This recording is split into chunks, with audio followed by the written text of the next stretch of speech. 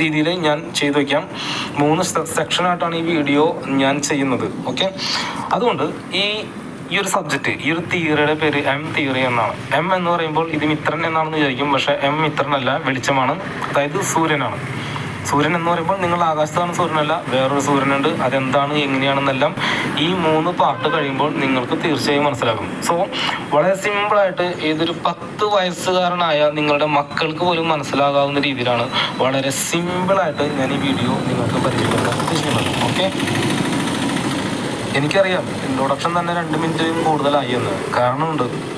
ഞാൻ വീണ്ടും പറഞ്ഞതുപോലെ ഈ ലോകത്ത് ആരുടെ കയ്യിലും ഇൻഫർമേഷൻ ഇല്ല. ഇതെൻ്റെ കണ്ടുപിടുത്തമാണ്, എൻ്റെ സ്വന്തം കണ്ടുപിടുത്തമാണ്.